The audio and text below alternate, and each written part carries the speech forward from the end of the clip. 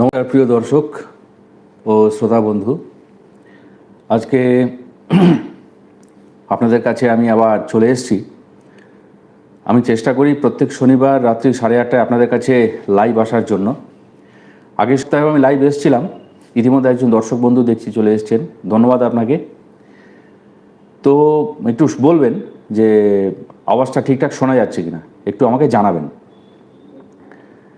তো আমি ঠিক এই সময় চলে এসেছি আপনাদের কাছে। লাইভে আসার কারণ একটাই, যে আপনাদের সঙ্গে সরাসরি একটা যোগাযোগের চেষ্টা করা।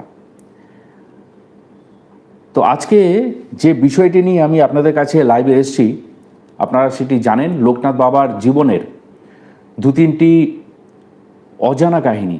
অজানা কাহিনী এই জন্যই বলছি, কারণ দেখুন, আমি যে শুধুমাত্র, এটা আমার ব্যক্তিগত নেশার মধ্যেও পড়ে, প্রথিতযশা লেখকদের বই যেমন আমি পড়ি, তার বাইরেও বিভিন্ন রকম সংগ্রহ রাখাটা আমার কাজ, এটা আমার নেশা।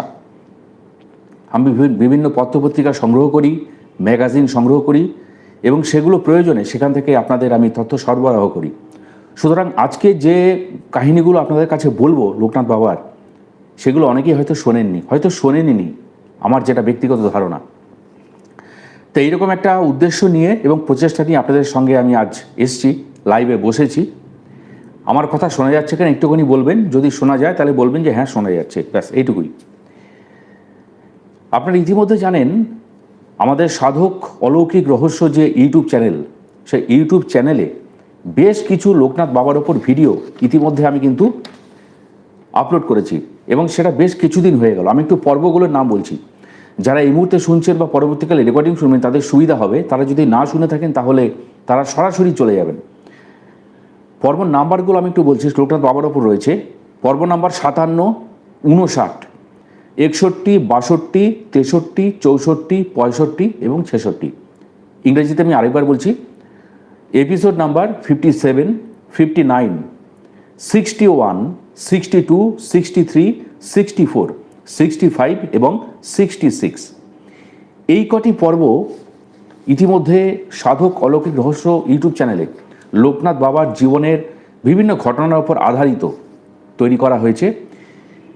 কিন্তু আজকে আপনাদের এরকম 2-3টে ঘটনা আমি বলবো, যেগুলো লোকনাথ বাবার জীবনের অজানা কাহিনী একরকম বলা যায়। মোটামুটি 3টে কাহিনী আছে, কিন্তু তার মধ্যে 2টো কাহিনী আপনারা অবশ্যই শোনেননি বলে আমার মনে হয়। একটি কাহিনী শুনে থাকলেও থাকতে পারেন।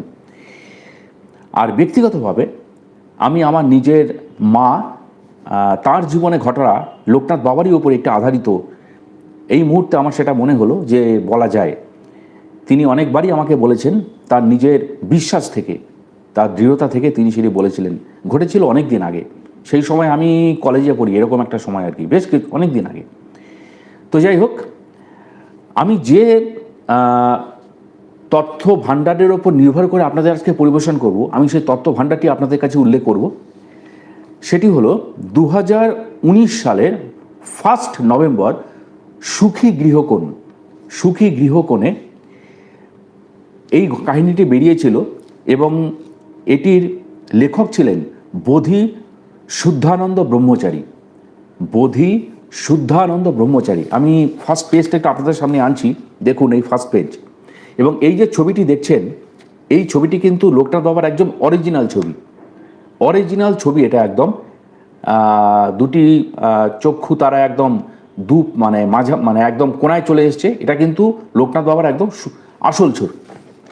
তো যাই হোক, বোধি শুদ্ধানন্দ ব্রহ্মচারী, এনার সম্পর্কে একটুখানি আপনাদের বলি। ইনি কিন্তু বলা যায় 1978 সালের 15ই অক্টোবর ইনি সাক্ষাৎ লোকনাথ বাবার দর্শন পান শিবরূপে। এই তথ্যটি আপনাদের কাছে বললাম, কারণ এই প্রবন্ধের মধ্যে সেটা কিন্তু রয়েছে, সেই তথ্যটা রয়েছে। 1978 সালের 15ই নভেম্বর, না সরি আমি ভুল বললাম, 15ই অক্টোবর, ঠিক 1 মাস আগে, 15ই অক্টোবর। এবং সেখানে তিনি তার উপর দায়িত্ব দেন, প্রচারের দায়িত্ব দেন।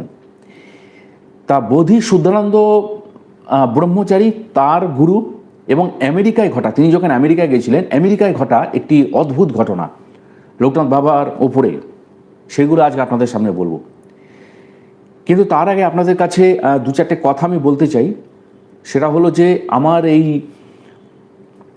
সাধক অলৌকিক রহস্য ইউটিউব চ্যানেলে যারা এখনও অনেকে আছেন, বেশিরভাগ বয়স্ক মানুষ আছেন, যেরকম কম বয়সী মাঝবয়সী দর্শক রয়েছেন, তেমনি প্রচুর পরিমাণে রয়েছেন বয়স্ক মানুষ। তারা অনেক সময় এই ফাংশনগুলো বোঝেন না, কিভাবে ভিডিওতে যাবেন, কিভাবে দেখবেন, তাদের দেখার অনেক ইচ্ছা, তারা আমাকে কমেন্ট করে জানান, কিন্তু তারা বুঝতে পারেন না যে তারা কিভাবে মেইন চ্যানেলে গিয়ে ভিডিওগুলো দেখবেন। আমি আগের সপ্তাহ বলেছিলাম, আরেকবারও বলছি, যে আপনারা একেবারে আমার যে লোগো আছে সেখানে ক্লিক করে আপনারা মেইন পেজে চলে যাবেন এবং মেইন পেজে গিয়ে সেখান থেকে ভিডিও অপশনে যাবেন। ভিডিও অপশনে গেলেই দেখবেন লেটেস্ট আর পপুলার দুরকম রয়েছে। তো আপনার লেটেস্টের চাপ দেবেন, লেটেস্টই থাকে, সেখান থেকে পরপর দেখুন স্ক্রল ডাউন করে নিচে নামলে আপনারা প্রচুর ভিডিও পেয়ে যাবেন। 100-এর উপর ভিডিও এখন রয়েছে, সেখান থেকে নিজেদের সুবিধা মতো বা ইচ্ছা মতো ভিডিও আপনারা দেখে নেবেন। তো এই একটা বিষয় আমি বললাম, এবং আরেকটা বিষয় বলে আমি আজকের মূল ঘটনায় প্রবেশ করব। সেটা কিছুই নয়, সেটা বলতে যদিও আমি সংকোচ বোধ করছি, তবুও বলতে হচ্ছে। সেটা হলো যে আপনাদের আমি বলেছি গত মাসে যে আপনাদের সহযোগিতা, সাহায্যে, ঈশ্বরের সান্নিধ্যে, ঈশ্বরের আশীর্বাদে, ইচ্ছায় কিছুটা পরিমাণে আমি উৎসাহ ভাতা পাচ্ছি এই ইউটিউব থেকে। সেই উৎসাহ ভাতা পাচ্ছি, কিন্তু সেটা অনেকটা কেটে নিয়ে তারা দেয়, কারণ তাদের সেটা রুলস। তারা একেবারে 45% নিজেরা রেখে দেয়, তারপর ইউএস গভর্নমেন্ট মানে আমেরিকার সরকার 15% ট্যাক্স কেটে এই দেশের ব্যাংকে পাঠায়, সেখান থেকে আবার ট্যাক্স কেটে বাকিটা আমাকে দেয়, বুঝতেই পারছেন। তো সুতরাং এই ভিডিওর ডেসক্রিপশন বক্সে আমি আমার একটি ব্যাংকের অ্যাকাউন্টের নাম্বার দিয়েছি, আইএফসি কোড দিয়েছি। যারা বিদেশ থেকে সাহায্য করবেন, কারণ বিদেশ থেকে অনেকে দেখেন, তাদের জন্য আমি সুইফট কোড দিয়ে দিয়েছি। আপনারা যদি মনে করেন নিজেদের খুশি মতো যা খুশি আপনারা ডোনেট করতে পারেন। এই চ্যানেলে পরবর্তীকালে যাতে আরও ভালো ভিডিও, বইপত্র কেনা, অ্যাক্সেসরিজ কেনা ইত্যাদি অনেক কিছু রয়েছে আপনাদের কাছে তুলে ধরার জন্য। তো সেই জন্য আপনারা দিতে পারেন, এইটুকু তথ্য আমি জানিয়ে রাখলাম। এইবার আমি মূল ঘটনায় আমি আসব। বিষয়টা হলো যে প্রথম ঘটনাটা আপনাদের কাছে আমি বলতে চাই, সেটা ঘটেছিল ঢাকা জাজ কলেজের, জাজ কলেজ নয়, জাজ যে কোর্ট, তার উকিল মাননীয় বিহারীলাল মুখোপাধ্যায়। মাননীয় বিহারীলাল মুখোপাধ্যায় তিনি ছিলেন লোকনাথ বাবার একান্ত অনুগত ভক্ত। তিনি ছিলেন লোকনাথ বাবার একান্ত অনুগত ভক্ত এবং তিনি একদিন তিনি একদিন মেঘনা নদীর ওপর দিয়ে তিনি স্টিমারে করে যাচ্ছেন, তার গন্তব্যস্থল অসম বা আসাম দেশ। তা হঠাৎ করে চারিদিকে একেবারে কালো মেঘে ছেয়ে গেল, ঝড় উঠল। আর মেঘনা নদী সম্পর্কে যারা ওয়াকিবহাল তারা জানেন, যখন আকাশ কালো করে তার জলের দিকে তাকানো মানে ভয়ঙ্কর ব্যাপার, মনে হয় এখনই বোধহয় সব গ্রাস করে নেবে। তা সেই অবস্থায় চারিদিকে প্রচুর ঝড় উঠল, ঝোড়ো বাতাস এবং বৃষ্টি, নৌকা প্রচণ্ড পরিমাণে দুলতে শুরু করলো। স্টিমারে তখন প্রচুর পরিমাণে যাত্রী। তা বিহারীলাল মুখোপাধ্যায় তো বুঝতে পারছেন যে এবার কি হবে, কিচ্ছু করার নেই, এবার একেবারে মৃত্যু অবধারিত। তা তিনি সেই মুহূর্তে এক মন প্রাণ দিয়ে লোকনাথ বাবাকে ডাকলেন যে ঠাকুর, মৃত্যু তো অবধারিত, নিশ্চিত, আজ বোধহয় সলিল সমাধি, তোমার সাথে আমার আর দেখা হবে না, জীবন আজ এখানেই শেষ, যদি তোমার পক্ষে সম্ভব হয় তুমি আমাকে রক্ষা করো। লোকনাথ বাবা কিন্তু তখন জীবিত, এটা মাথায় রাখবেন প্রিয় দর্শক ও শ্রোতা, তিনি কিন্তু তখন জীবিত এবং সেই অবস্থায় তার অনুগত ভক্ত তাকে স্মরণ করছেন। হঠাৎ করে সেই স্টিমারের সকলে অনুভব করলো যে প্রায় ডুবে যাচ্ছে এমন অবস্থায় স্টিমারটা হঠাৎ করে জলের ওপর ভেসে উঠল এবং একটা স্থিতাবস্থা আসলো স্টিমারটার মধ্যে, যে প্রচণ্ড পরিমাণে দোলা এবং পরিবেশটা শান্ত হয়ে আসলো। তারা প্রাণে বেঁচে গেলেন। এইটুকু তো আপনারা শুনলেন, কিন্তু এর মধ্যে যদি আপনারা মনে করেন কার্যকারণ সূত্র কি আছে যাতে এটাই স্থির হবে যে লোকনাথ বাবা এটার পেছনে রয়েছেন, তবে শুনুন। ঠিক সেই সময় ঢাকার জগন্নাথ কলেজের সুপারিনটেন্ডেন্ট অনাথ বিহারী মল্লিক লোকনাথ বাবার কাছে তার আশ্রমে বসেছিলেন। লোকনাথ বাবা হঠাৎ করে তিনি বললেন যে বিহারীলাল বড়ই বিপন্ন, আমার কাছে কৃপা চাইছে, আমাকে এক্ষুনি যেতে হবে, আমাকে তাকে রক্ষা করতে হবে। এবং সেই মুহূর্তে তার শরীরটা নিস্পন্দ হয়ে গেল, লোকনাথ বাবার শরীরটা নিস্পন্দ নিথর হয়ে গেল। এবং কিছুক্ষণ পরে তিনি এবার ফিরে আসলেন। ফিরে এসে লোকনাথ বাবা বললেন যে বিহারীলাল আমাকে ভীষণভাবে স্মরণ করছিল, আমাকে ডাকছিল। আমি প্রথমে কোর্টে গেলাম, দেখলাম সে নেই। তার বাড়িতে গেলাম, দেখলাম সেখানেও সে নেই। বাধ্য হয়ে আমি জলপথে দেখলাম সে বিপদে পড়ে রয়েছে এবং তাকে আমি রক্ষা করলাম। এবং পরবর্তীকালে বিহারীলাল মুখোপাধ্যায় এবং স্টিমারে অন্যান্য যাত্রীদের কাছ থেকে শোনা গেছিল যে একটা অভয় হাত তারা দেখতে পেয়েছিল, এবং দেখতে পেল অদ্ভুতভাবে তাদের ভয় পেতে বারণ করছে যেন সেই হাতটা। এবং স্টিমারটা ধীরে ধীরে জল থেকে উঠে আসলো, মানে ডুবে যাচ্ছিল, জল ঢুকতে শুরু করেছিল স্টিমারে, এবং পরিবেশটাও স্বাভাবিক হয়ে গেল। তা প্রিয় দর্শক ও শ্রোতা, এরকম বহু কাহিনী বহু মানুষের জীবনে আছে। হয়তো 100টা ঘর যদি আমরা জিজ্ঞাসা করি, তবে সেখানে অন্তত 60% 70% মানুষ কিন্তু তাদের কিছু কিছু অভিজ্ঞতার কথা বলবেন। আসলে লোকনাথ বাবার জনপ্রিয়তা কিন্তু অনেক বেশি প্রগাঢ়, অনেক বেশি নিবিড় বলা যায়।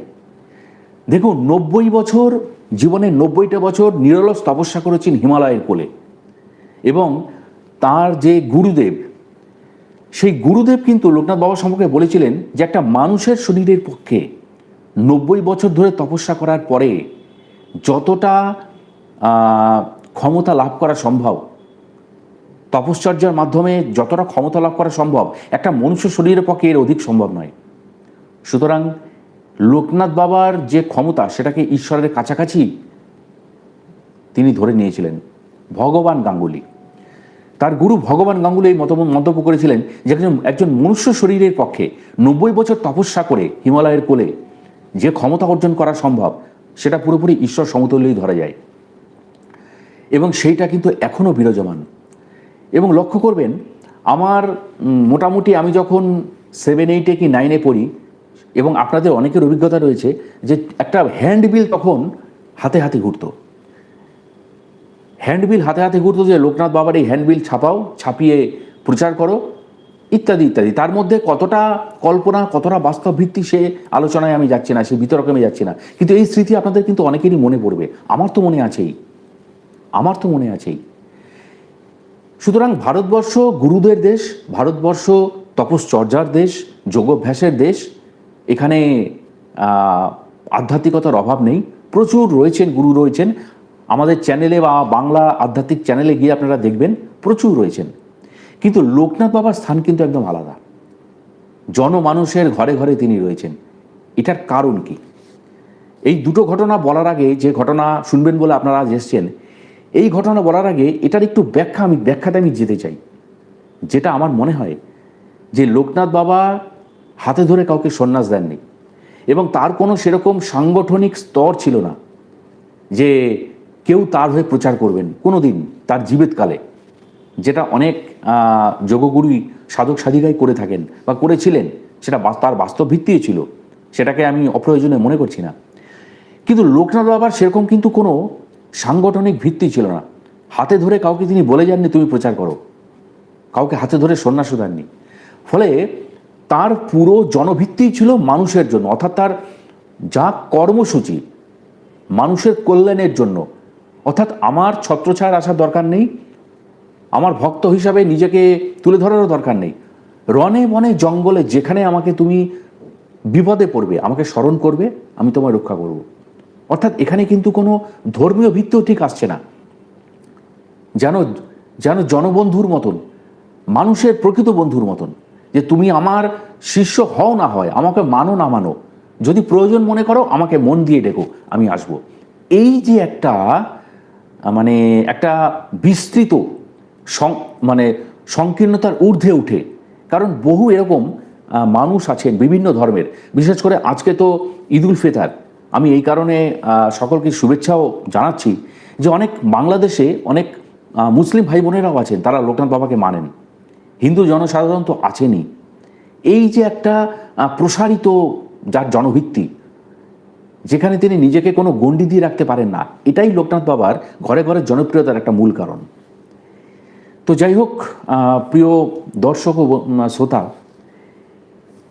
এবার আপনাদের যে ঘটনাটা আমি শোনাবো, আসলে সেই ঘটনাটা আমি আপনাদের সরাসরি পাঠ করে শোনাতে চাই। তার প্রধান কারণ, হয়তো নিজের মুখে বানিয়ে বললে কোনো জায়গায় হয়তো বাদ চলে যেতে পারে।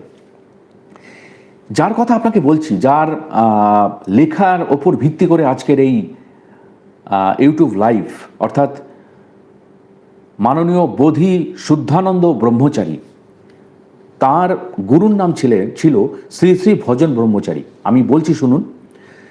এখানে আমার পরমার্থ গুরুদেব শ্রী শ্রী ভজন ব্রহ্মচারীর জীবনের একটি অলৌকিক ঘটনার কথা না বলে পারছি না। আমি যখন চাকরি ছেড়ে গুরুদেবের চরণে তার সেবায় আশ্রয় নিই, তখন তিনি আমাকে তার একটি অতি পুরনো ডায়েরি দেন। 1958 সালের সেই ডায়েরি তিনি আমার হাতে তুলে দিয়ে বলেছিলেন, তুই রেখে দে, পরে কাজে লাগবে। সেই ডায়েরি আজও আমার জীবনের এক অমূল্য সম্পদ। এখানে উল্লেখিত যে সেই সময় গুরুদেব রাঁচিতে শ্রী শ্রী আনন্দময়ী মায়ের আশ্রমে ছিলেন। তার হিমালয়ের সাধনা সম্পূর্ণ হয়েছে। একদিন আশ্রমের অনেক কাজ নিজে হাতে সেরে দুপুরের দিকে ক্লান্ত হয়ে তিনি মাটিতে শুয়ে ঘুমিয়ে পড়েছিলেন। সেই যেমনটি লিখেছিলেন তেমন করে এখানে আমি বলছি, এবং তিনিও বলেছেন, দুপুর 12টা হইতে 4টে পর্যন্ত 15ই মার্চ 1958 সালের কথা। দুপুরে শুয়ে আছি, জেগে দেখি কে যেন আমায় বাতাস করিতেছেন। সম্পূর্ণ জাগিয়া উঠিতে দেখিলাম বাবা লোকনাথ আমার মাথার কাছে বসে রয়েছেন। উঠে বসে বলছি, বাবা, এ কি তোমার লীলা? তুমি বাতাস করিতেছ? বলিয়া কাঁদিয়া ফেলিলাম। কাঁদিতে কাঁদিতে আকুল হইয়া বলিলাম, তুমি আমায় বাতাস করিতেছ? তোমার বোধহয় কত কষ্ট হইয়াছে। বাবা বলিলেন, এখানে বড় গরম, তোর যে ঘুমোতে কষ্ট হয়, তাই তোকে 3 ঘন্টা ধরে বাতাস করিতেছি। কাকে বাতাস দিচ্ছি?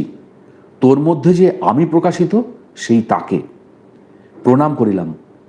লোকনাথ বাবা চলিয়া গেলেন। এটা কিন্তু 15ই মার্চ 1958 সালের কথা। প্রিয় দর্শক, লোকনাথ বাবা চলে গেছেন অনেক দিন আগে। আমরা এখন বাস করছি 2023 সাল। আজকে 2023 সালের 22 এপ্রিল। আর আজ যে ঘটনাটা আপনাদের সামনে আমি প্রকাশ করলাম, সেটা 1958 সালের 15ই মার্চ। সময়ের সরণিতে কিন্তু খুব আগের ঘটনা নয়, ঠাকুর রয়েছেন। তো এই প্রসঙ্গে তিনি আরও বলছেন, গুরুদেবের এই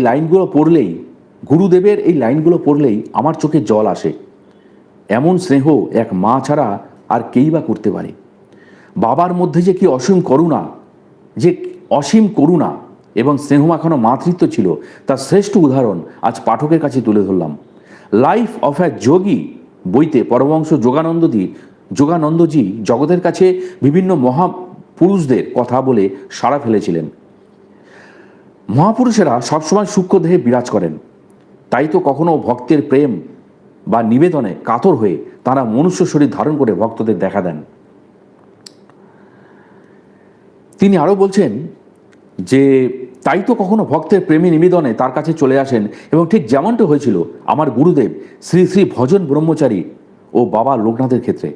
ভক্তের কষ্ট সহ্য করতে না পেরে কাতর হয়ে বাবা লোকনাথ মনুষ্য শরীর ধারণ করে জগতে প্রকট হন ও 3 ঘন্টা কাটিয়ে দেন ভক্তের সেবায়। এমন ঘটনা কি কারোর কল্পনায় আসা সম্ভব? দেখুন প্রিয় দর্শক ও শ্রোতা, আসলে মায়া শুধু সংসারে মানুষের মধ্যে বিরাজমান নয়। আমরা শুধু মায়ায় জড়ানো রয়েছি বলে সংসারে আছি, সংসার করছি। আমাদের স্ত্রী, পুত্র, কন্যা, মা, বাবা, সংসার, পরিজন, পশু পাখি যাদের পুষি তাদের পর্যন্ত মায়া দিয়ে আমরা জড়িয়ে রাখি। কিন্তু মায়া কি এই জগতের সংসার থেকে মানুষদের মধ্যেও কাজ করে না? অবশ্যই কাজ করে। লোকনাথ বাবার এই কাহিনী কিংবা আগের যে কাহিনীটা আপনাদের শোনালাম, তার একান্ত অনুগত শিষ্য বেড়েলাল মুখোপাধ্যায়ের জীবনে যেটা ঘটেছিল, সেটা কি মায়ার বাইরে? সেটা মায়ার বাইরে তো নয়। আসলে মায়াটা কিন্তু জগতেরই নিয়ম। সাধকরাও কিন্তু জগতের বাইরে নন। জগৎ তো শুধু সংসারকে নিয়ে নয়, সংসারের বাইরেও তার একটা বড় বিস্তৃত ক্ষেত্র রয়েছে। সাধকেরা সেটার অংশ। মায়ার দ্বারা তারাও বশীভূত। তো লোকনাথ বাবার এই ঘটনাটা আমি বললাম। এবার আমেরিকার ঘটনা বলবো। আমেরিকার ঘটনা বলার আগে আমার মায়ের বাস্তব জীবনে ঘটা একটা ছোট্ট ঘটনা আপনাদের বলি। তো আমি সেই সময়ে ইউনিভার্সিটিতে পড়ি।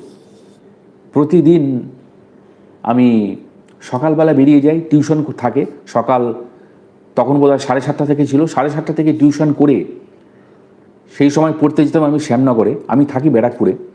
তা শ্যামনগর স্টেশন থেকে শ্যামনগরে সাইকেল রেখে সেখান থেকে একেবারে সোজা শিয়ালদাহ, সেখান থেকে হেঁটে কলেজ স্ট্রিট ক্যাম্পাস এবং ইউনিভার্সিটি, সারাদিন ক্লাস করে আমি বাড়ি ফিরি। এর মধ্যেই একদিন আমার মায়ের চোখের অপারেশন হলো, ছানি অপারেশন হলো। ছানি অপারেশন করে লেন্স বসানো, বাড়িতে কেউ নেই, বাবাও তো কাজে, আর মা ছাড়া তখন কেউ নেই বাড়িতে সারাটা দিন। আর আপনারা জানেন যে চোখের অপারেশন হলে পরে ভারী জিনিস তোলা, জোরে কথা বলা, ওঠা বসার মধ্যে সাবধানতা অবলম্বন করতে হয়। তা মা কিন্তু সেই কারণে কিছু জিনিস মানতে পারেননি। বিশেষ করে নিজের খাবারটা নিজেকে বেড়ে নেওয়া, দুপুরবেলা হলে সেই সময় জানলাগুলো বন্ধ করা, তখন শীতকাল ছিল, জানলাগুলো বন্ধ করা, টানাটানি, হাতের জোর। মায়ের কিন্তু চোখের সমস্যা শুরু হয় এবং বাঁ চোখটা ব্যথা করতে থাকে, বাঁ চোখটা ব্যথা করতে থাকে, চোখ দিয়ে জল পড়া এটাও শুরু হয়েছিল। তো মা একদিন আমাকে বললেন, জানিস আমি একদিন দুপুরবেলা শুয়ে শুয়ে মনে মনে খুব কাঁদছি যে ঠাকুর, এতটা পয়সা খরচ করে আমি চোখের অপারেশন করলাম। সত্যি কথা বলতে আমাকে এখন দেখারও কেউ নেই। ছেলে তো বাইরে গেছে, সে এখন কলকাতায় পড়াশোনার কাজে গেছে, সেই ফিরতে ফিরতে তার সন্ধেবেলায়। স্বামী দমদমে, তখন বাবাও আমার স্কুল শিক্ষক, দমদমেও আমার স্বামী রয়েছেন, তারও ফিরতে ফিরতে সন্ধে। আমাকে এখন কে দেখবে? সব কাজ আমাকেই করতে হবে। তো এই কান্নাকাটি করতে করতে করতে কখন তার তন্দ্রা চলে আসে এবং তিনি কিছুটা হলেও সময়ের জন্য ঘুমিয়ে পড়েন। হঠাৎ করে তার মনে হলো তার চোখের ওপরে, মানে চোখের পাতা তো বোঝা, চোখের ওপরে কে যেন আঙুল দিয়ে কি একটা আঙুল দিয়ে বুলিয়ে দিল। তিনি স্পষ্ট অনুভব করেছিলেন এবং তারপরে তার ঘুমটা ভেঙে যায়। ঘুমটা ভেঙে যাওয়ার পরেই তিনি যখন চোখ মেলে তাকালেন, তখন কোথায় তার চোখের সমস্যা? কিচ্ছু নেই, চোখের ব্যথা নেই, চোখে যে একটা অসুবিধা অনুভব করছিলেন সেটাও নেই। এবং তিনি প্রত্যক্ষ তখন বুঝতে পেরেছিলেন যে লোকনাথ বাবাকে ডেকে তিনি একান্ত মন দিয়ে তার স্মরণ তিনি নিয়েছিলেন এবং তিনি বলেছিলেন, ঠাকুর আমার তো কিছু করার নেই, আমাকে এখন কে দেখবে? তুমি যদি আমাকে রক্ষা করো তো করো, না হলে এই ভোগান্তি চরম। কারণ চোখের ছানি অপারেশন করে যদি সফল না হয়, যারা অপারেশন করে ভুক্তভোগী তারা জানেন কতটা ভুগতে হয়। আর চোখের মতো একটা জায়গা, তারপর থেকে কোনো দিন আর মায়ের সমস্যা হয়নি। এই কথা মা আমাকে অনেকবার শেয়ার করেছেন, অনেককে বলেছেন, আমি সেটা শুনেওছি অনেকবার, আজ আপনাদের শোনালাম। তো ঠাকুর কিন্তু রয়েছেন।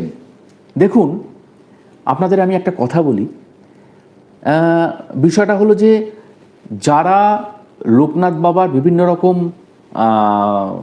অনুগত ভক্ত বা শিষ্য রয়েছেন, কিংবা আমি অন্যান্য সাধকদের কথাও বলি, যেমন গুরু জগৎবন্ধুকে নিয়েও কিন্তু আমার অনেক এপিসোড রয়েছে।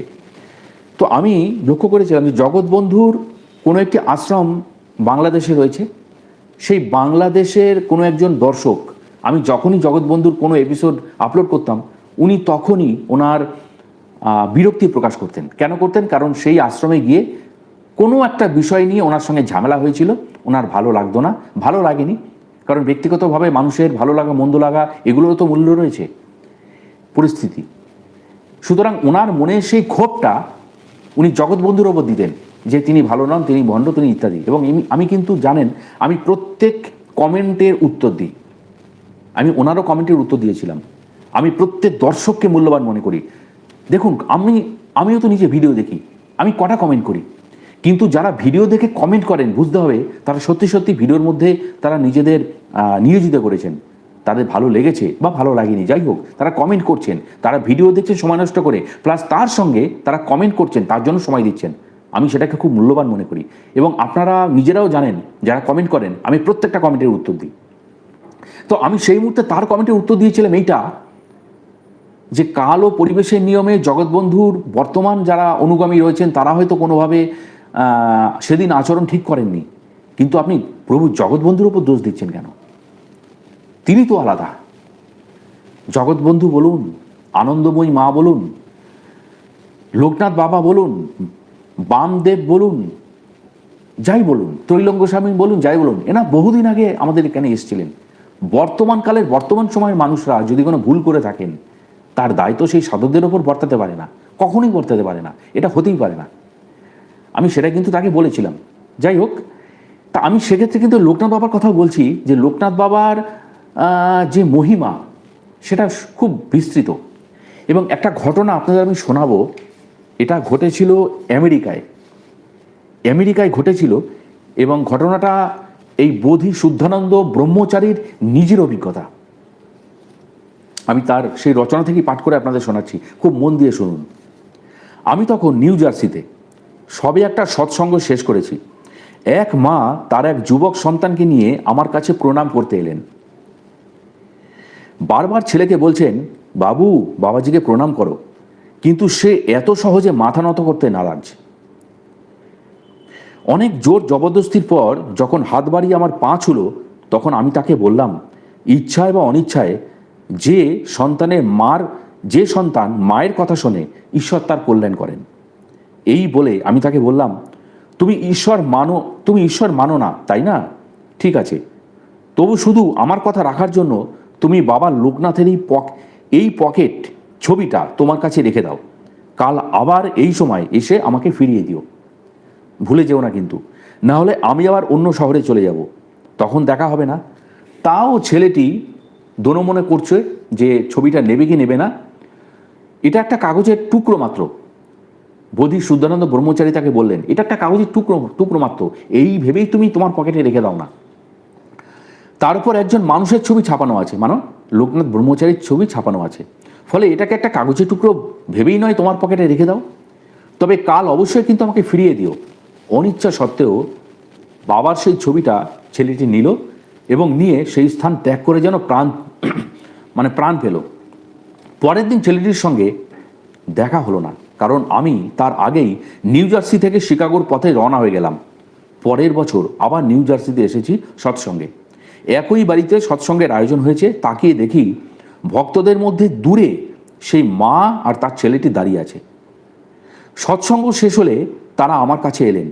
দেখলাম ছেলেটির মধ্যে অদ্ভুত এক পরিবর্তন এসেছে। এসেই মাথা নিচু করে আমায় প্রণাম করলো। আমি হাত বাড়িয়ে দিলাম, আমার কাগজের টুকরো ফিরিয়ে দাও। আমি তাকে বললাম, দেখি ছেলেটির চোখে জল।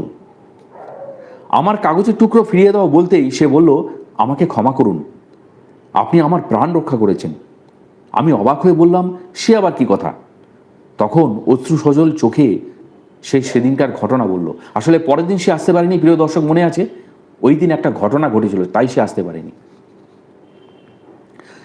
যেদিন আপনি আমাকে বাবা লোকনাথের ছবিটা দিয়েছিলেন, সেদিন আমার মনে কোনো বিশ্বাস ছিল না।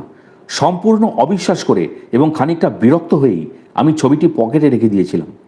পরের দিন অন্যান্য আর 5টা দিনের মতো বেরিয়েছি গাড়ি নিয়ে। এক্সপ্রেস ওয়ে দিয়ে হাই স্পিডে গাড়ি চালিয়ে ফিরছি। হঠাৎ একটা সামান্য যান্ত্রিক গোলযোগের কারণে গাড়িটা সম্পূর্ণই আমার নিয়ন্ত্রণের বাইরে চলে গেল। আমি বুঝলাম এই গাড়িকে আটকানো আমার ক্ষমতার বাইরে।